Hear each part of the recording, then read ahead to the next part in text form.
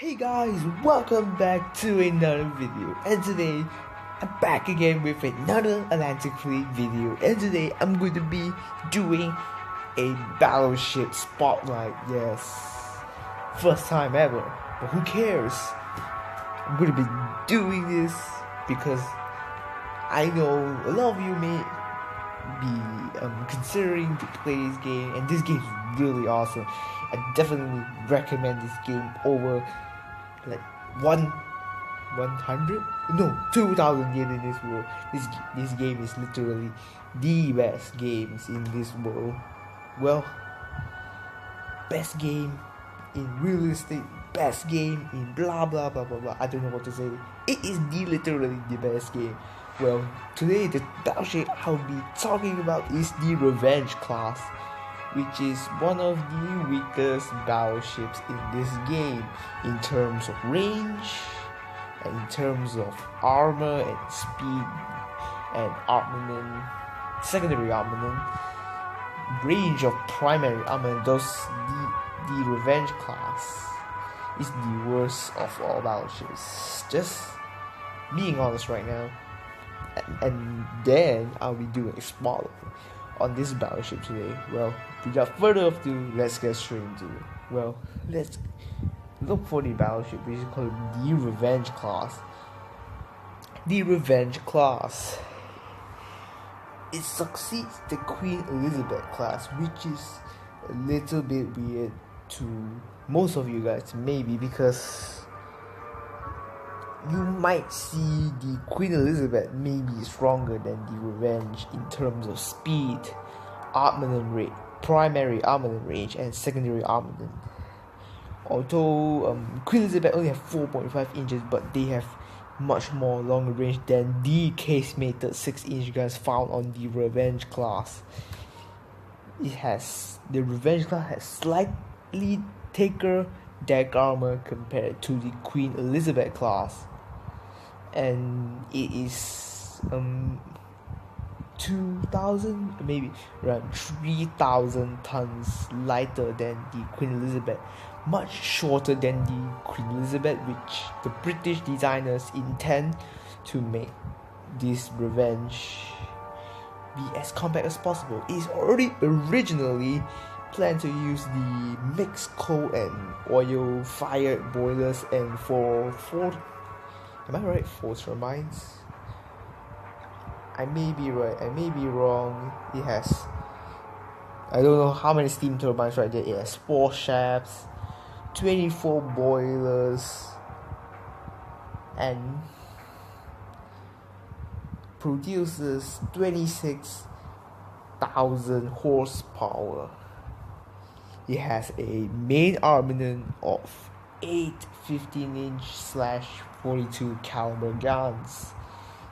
The guns found on the Revenge class is only limited to 20 degrees of elevation, which seriously limited the primary armament range of the Revenge class, which makes this battleship the worst battleship you can find in this game. Well, not many of you would buy this battleship, even if you are trying to budget yourself and want to buy a not really good battleship compared to the North Carolina, the Nelson, the King George V class. You wouldn't be going to Revenge class, right? You would be getting a Queen Elizabeth because of the speed, of the range, of everything else except for the deck armor you might not want to get. The Revenge has the firing out of the turrets is not as good as the other battleships as well, and there's many other stuff. Many stuff. It's an old battleship. The first Revenge class was commissioned in 1915, 1916, yes, around that time. And 2 of the class is actually converted into the renowned class battlecruiser, which you can find this game as well. It is much more faster than the Revenge class, which this class of ship originally supposed to be, is much faster, is capable of 31.5 knots, is much more heavier compared to its half sisters. Do we call it half sisters? Well, not really. This class of ship comes from the Revenge class. It has lighter armament of 6 15-inch guns, and the guns have the ability to elevate to 30 degrees, which is a really big advantage over the Revenge class. Well, the armor is not so amazing, but today we are not focusing on this battleship, battlecruiser. We are focusing on the Revenge class. The Revenge class uses the old banded armor system which the British tend to use before realizing, after Battle of Jutland in World War One, realized the American system of all or nothing is better than the old banded armor design. The first all or nothing British battleship is the Nielsen class, but it's not relevant to what we are talking today. The old banded armor system, it has the whole belt is armored. It has advantages and disadvantages.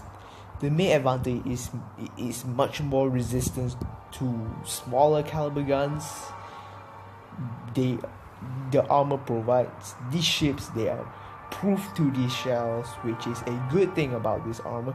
The worst part about this armor, if a shell manages to penetrate the ship's armor, it will detonate. Unlike all or nothing ships, if the shell hits a compartment or part of the belt armor, which is like slightly armored or not armored, or it will simply just pass through the ship without detonating. That is a good sign, leaving only holes instead of real damage of an armor-piercing shell, which would be hell, literally. Mark my words. Well, the Revenge class is a good battleship if you are getting firepower,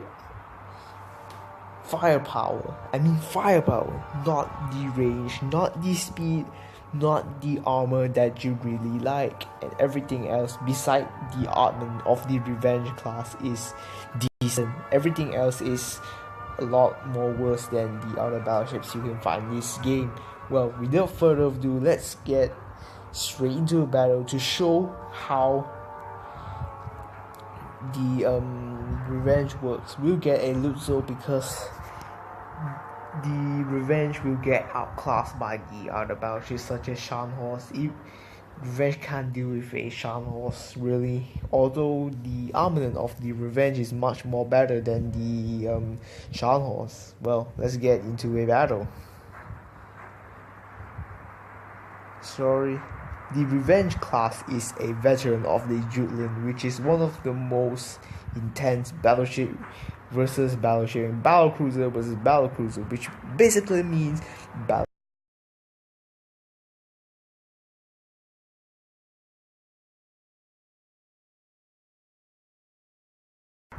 Sorry, something happened right just there.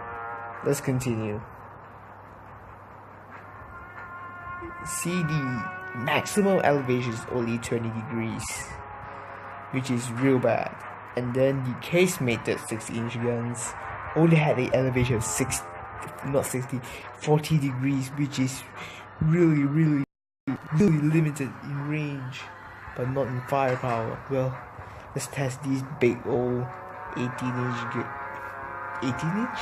What did I just say? 15-inch. They are really good in firepower, in terms of firepower actually, but not in. It is a battleship. Well, it is a battleship, but it is one of the worst battleships.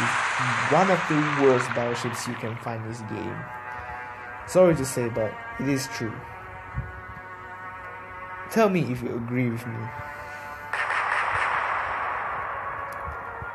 This is like almost the maximum range while I fire and loot. So imagine this is the starting range of the game. So you are at the maximum range of the revenge class. If a Shan horse is trying to get out of the range of your battleship, and one more thing, you are much slower than Shan horse, which makes you a great disadvantage for using this revenge class.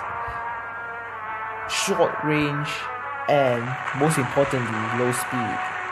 But if you gain range, you wreck your opponent because of your great firepower you pack in this small little battleship right here. You can easily destroy a Dutchland. How do you pronounce this thing? I don't know. You can simply destroy this class of heavy cruiser. You can destroy any heavy cruisers easily with this ship, but not the German capital ships.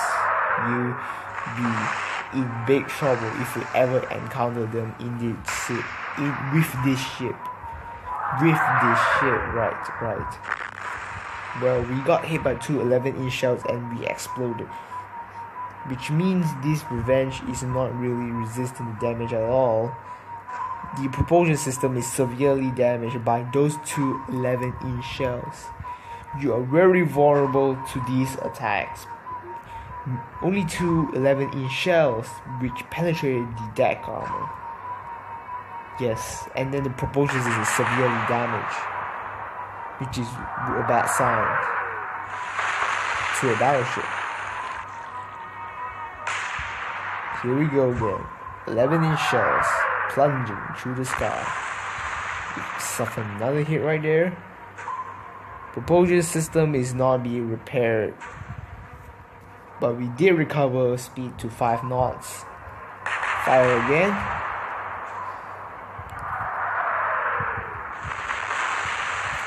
And we've taken care of it. Okay, I think that's about it. Well, tell me in the comment section below of your personal thoughts of this class of battleship, which is called the Revenge class. Well, I think that's about it. Thanks for watching this video. Be sure to like this video, be sure to subscribe to my channel if you haven't, and I'll see you in the next one. Goodbye, guys.